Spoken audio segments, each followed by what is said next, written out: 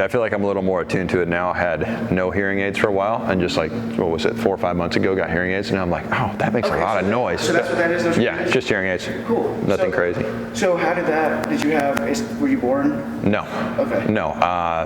According to the audiologist, exposure. Loud sounds over long periods of time. Yeah. So I did a lot of shooting, guns and stuff like that, grew up that way, and back in the day, you just never did anything to protect your hearing, so no hearing protection, anything, loud noises. Driving in loud vehicles, float planes, boats, stuff like that that's loud and sitting like right next to the motor all the time. That isn't good for it. Crowd noise, like playing college football and you're in a stadium where you can feel your pads are vibrating because there's so many people screaming. That doesn't do good for you. So basically an entire lifetime of absolutely crushing my hearing. Actually, what really set it off for me is we have 3 kids. My youngest was at a stage where he was like talking kind of quiet. He came up, said something to me, and I had to like put his ear in, or his face in my ear at his normal tone and like volume for me to actually hear what he said. And I was like, okay, I need to get this checked out. Now I can hear everything. I'm like, oh crap, there's a lot of noise out here. I'm Jacob Lembke, owner of Corax Strength and Performance. In 2009, I was in high school and my dad was my volunteer strength coach. I volunteered to spend more time with his kids and I got hooked. I could not get enough. I spent most of my school days in the gym, show up at 5 o'clock in the morning and train before school, and I would come after school and help everybody else train. When I was 16 years old, I had a training partner. We used to train together all the time. Basically, we're best friends. There was a point where we were working out together and one of us wasn't paying attention as much as we probably should have been. Both of us probably weren't paying attention as much as we should have been. Wound up getting hurt. I took a relatively heavy squat out of the rack, not thinking, lost my balance, wound up doing basically a sit and reach with the bar behind my neck, sitting on the ground, face down on the floor, and I got pretty badly injured. At the time, I took about 2 weeks off, therapy, rehabbed a little bit, and worked back into training and playing football again. Started playing at Auburn in 2009. I walked on, started having issues. I'd reach into a dishwasher, or I would go to pick something up off the ground, and my back would seize up. I remember one time having a meal. We went to unload the dishwasher, and I reached in the dishwasher and grabbed a fork, and my back locked up, and I basically fell into the dishwasher. Now, this is the night before we played Iron Bowl game. Well, not the night before, 2 nights before we played the Iron Bowl game that year.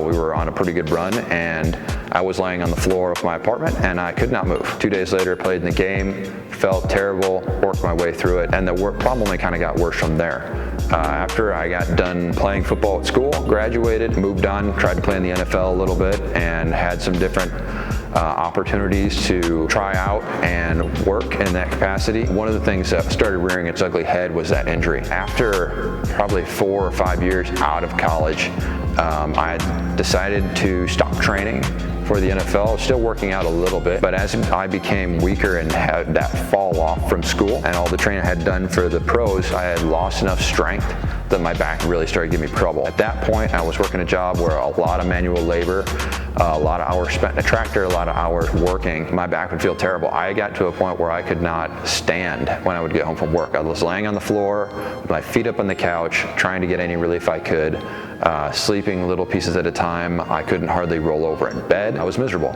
and I didn't trust my body worth anything. When I got to that point, had surgery, I had a major disc issue in my back, and the turnaround for me was post-surgery. I realized that I needed to come back out of the hole that I was in. I had almost an entire year period where we were expecting our third, and he was coming into the world and I wasn't able to pick him up. I had to sit on the couch, hold him.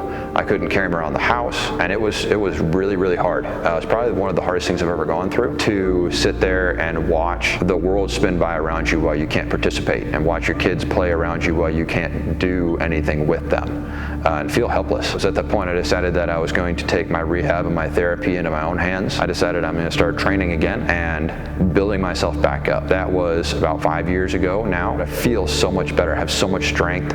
I can chase my kids around, I can throw them over my head, I can play with them again.